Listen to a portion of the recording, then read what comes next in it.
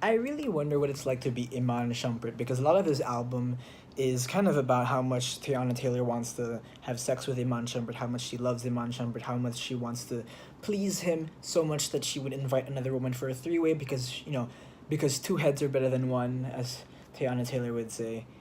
I do like the music. I mean, for those who aren't familiar, of you, but I do think most people will be familiar. Teyana Taylor's album, K.T.S.E, is the fifth in the five Wyoming projects by Kanye West, which he produced and wrote most of them, if not all. And it is perhaps going to be a cornerstone in his personal achievement as an artist with this 2018 Summer of Wyoming thing going on. It's going to be written about in the future, and we'll have all these interesting things to read about. But I think it may be a disservice to the album to talk about Kanye West because the person who really stands out is obviously Teyana Taylor, and many of her fans would argue and would fight for her, for her to really be in the spotlight because Teyana Taylor has been embroiled in a good music, you know, whirlwind in which she hasn't really been supported, or really pushed into the mainstream public by the good music people, which she has been there for almost 10 years now. She's only her second album and she's been making music for quite a bit now. As she sometimes says, I read her fan stuff. Her fans say like, it's for Kanye, it's Kanye's fault. Kanye should be pushing you, and Kanye admitted that he hasn't really been giving as much attention to Teyana Taylor. So he I guess that was the result. He put her in the Fade video, and now he produced a whole album for her. So I guess what I'm thinking about the Teyana Taylor album is that a lot of the albums are about how much she likes to have sex with Iman Shumpert, which is fine and all, but personally I feel like when you don't distinguish yourself sonically in terms of your vocal ability or all this stuff, you need to differentiate yourself with being as with your lyrics, not necessarily being personal in the sense that you're giving away all your kinds of ways you have sex with someone, but something more. I guess in my personal opinion, when I listen to music, I like to see something more substantive in the way that it makes me learn about the person more. And this is not something that I mean like I want it to be deep. I just want it to be descriptive in a way that makes me remember who you are and how I differentiate you from like SZA and Kali Uchis and all these other fantastic R&B singers who have really, Kilani, who have really made their mark in the R&B space, the alt R&B space. And when I hear the Teyana Taylor album, apart from Kanye West's very sample heavy, bit more low key production in this album as opposed to his other ones in the Wyoming series, I just don't feel as supported by the lyrical content. Like, on the first song, No Manner, she says, it opens up with, "We're up in Copacabana, I'm good, but I've been better, my hubby so handsome." It talks about her hubby, Iman Shumpert, and then Gonna Love Me, it's gonna be about, "I want to spend my nights with you, please wait up for me till whenever I get home."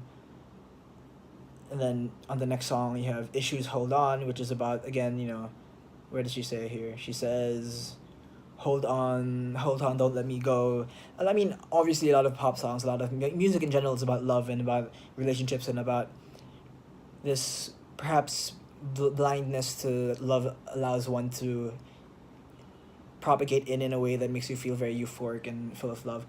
But again, it doesn't seem to differentiate her because if everyone feels this way, how can I really differentiate you as an artist in a way? When you have other people who may be more talented vocally as you compared to you and have more interesting production. Although the production here is good, but you're not gonna have Kanye producing all your albums, right? So you have to differentiate yourself personally as well. Love ain't a game full of X's and O's, but I'd done been played before. I played it safe before.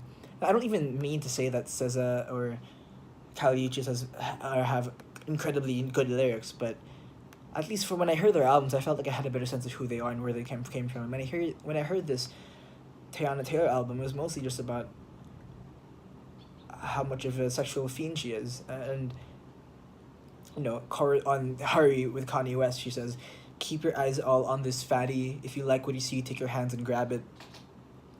Ride it automatic till the sun come up." I mean, it's a lot about I guess it's she's talking about her breasts or her vagina. I'm not exactly sure, but she wants to have sex right now. And all these songs seem to be saying the same thing. And it culminates in the song Three Way, or maybe it culminates in Hurry, and towards the end of Hurry, she starts moaning in a way that's very explicit. That if you play it out loud, it sounds like you're watching porn over music, which is perhaps what she's really. I guess you have to give her credit to some degree for expressing her sexuality in a way that's so overt, more overt than any. I guess that's how maybe she differentiates herself. She's more overt than any of these other artists who are similar to her, and maybe that's how she's trying to make her wave of sorts. I don't know, strip club music. Everyone has their own thing. She wants to have a three-way again because two heads are better than one. You know, get at heads. I don't know. I mean, she sings well. She's a good singer, but she's not the best, and she doesn't. So she can't differentiate herself on that front. I'm gonna take off my skirt, then she gonna touch me right there. Then it's gonna be your turn, baby. So don't you be scared. I don't know. Then Ty Dolla $ign comes in with an equally raunchy, probably even more raunchy verse. Three ways, her on top of me, you on my face, ride me like the wraith. You said you a freak, just like me, baby. Guess you met your match. I watch your licking on her while I beat it from the back. It kind of rhymes, but I don't know. I mean, I guess personally, just not my type of music. But also, I just feel like I wish I knew her more because if this is her second sophomore album, and I'm trying to when I hear it, I'm trying to get a sense of who she is so I can decide whether or not I should keep buying her music or keep listening to her. But I guess I just don't know that much. The song Rose in Harlem, she gets a little bit more personal. She talks about how she's been 10 years in the game and all this stuff. This might be one of my favorite songs on the album again because I feel like I learned a bit more about her on this one track. And Never Would Have Made It. And then the last song, Work That Pussy, is perhaps it's produced in the same style as Kanye West's previous works with let me think, Comeback Baby on Pusha T's album and Cop Shot the Kid on Nas's album. The Work This Pussy being repeated over and over again as a sample. I'm not sure if it's a sample or it's a feature. I think it's a sample, and then you hear it over the background, and it's pretty propulsive, and it turns out at the end this is like I think a bonus track from what I understand, but towards the end you get this very nice beat going on that reminds me a lot of the song Fade, which I guess popularized her. Maybe this is a nice full circle moment for her. It's probably one of my favorite songs on here because of the production, and she sings quite well in this one too. So I mean, I like the album, I like her, but I don't really know her, and I feel like if I knew her, I would be more willing to listen to more of her. And a lot of the reason why people are listening to this is because of the Kanye production, which is unfortunate, but I think the idea is that you listen to it because of Kanye, but then you leave out of it being a fan of Teyana Taylor, which I am a bit of a fan of, but I just don't know her. And I don't know if I can do another album of how much she wants to have sex with Iman Shumpert, which is good, and maybe that's a big part of who she is.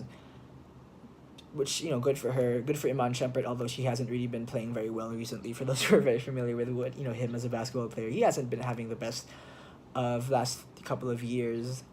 I don't even think he's in Cleveland anymore. But anyway, that's what I thought about the album. I wish I knew a bit more about her, but it's pleasant to the ears, and I probably check her out in the future when that comes out.